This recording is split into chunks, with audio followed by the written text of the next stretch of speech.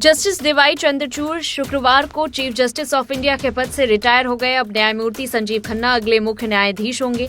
Justice Chandrachud सेवानिवृत्त हो जाने के बाद क्या कर सकते हैं और कौन से काम नहीं कर सकते। सुप्रीम कोर्ट के सेवानिवृत्त न्यायाधीश को देश के किसी भी अदालत में वकालत करने की अनुमति नहीं। संविधान के अनुच्छेद 124 के अनुसार कोई भी व्यक्ति जिसने सुप्रीम कोर्ट के न्यायाधीश के रूप में पद धारण किया है वह भारत की सीमा के भीतर किसी भी अदालत या किसी भी प्राधिकरण के समक्ष वकालत या कार्य नहीं करेगा। कानूनी जानकारों के मुताबिक यह प्रतिबंध न्यायपालिका की पवित्रता और निष्पक्षता को बनाए रखने के उद्देश्य से लगाया गया।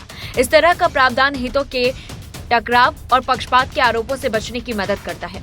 कानून के जानकार कहते हैं कि यदि सुप्रीम कोर्ट के न्यायाधीश को सेवानिवृत्त के बाद वकालत करने की अनुमति दी जाती है तो यह उनके पिछले पद की गरिमा को कमजोर कर सकता है। यह प्रावधान किसी कानूनी मामले में संवेदनशील जानकारी के संभावित दुरुपयोग को भी रोकता है जिसकी उन्हें जानकारी होती है।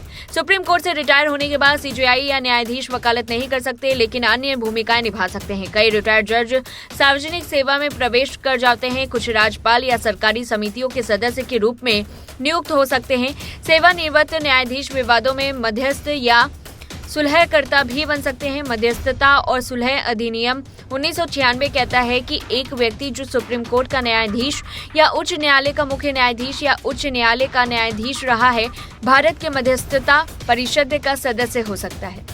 रिटायर्ड सीजेआई राष्ट्रीय मानवाधिकार आयोग या राष्ट्रीय हरित अधिकरण जैसे आयोगों और न्यायाधिकरणों के प्रमुख के रूप में भी सेवा कर सकते हैं या उनमें शामिल हो सकते हैं। सेवानिवृत्त न्यायाधीशों के लिए एक और विकल्प है कि वे लॉ स्कूलों में पढ़ाने, व्याख्यान देने या कानूनी मुद्दों पर लेखन करके एकेडमिक क्षेत्र का हिस्सा बन सकते हैं।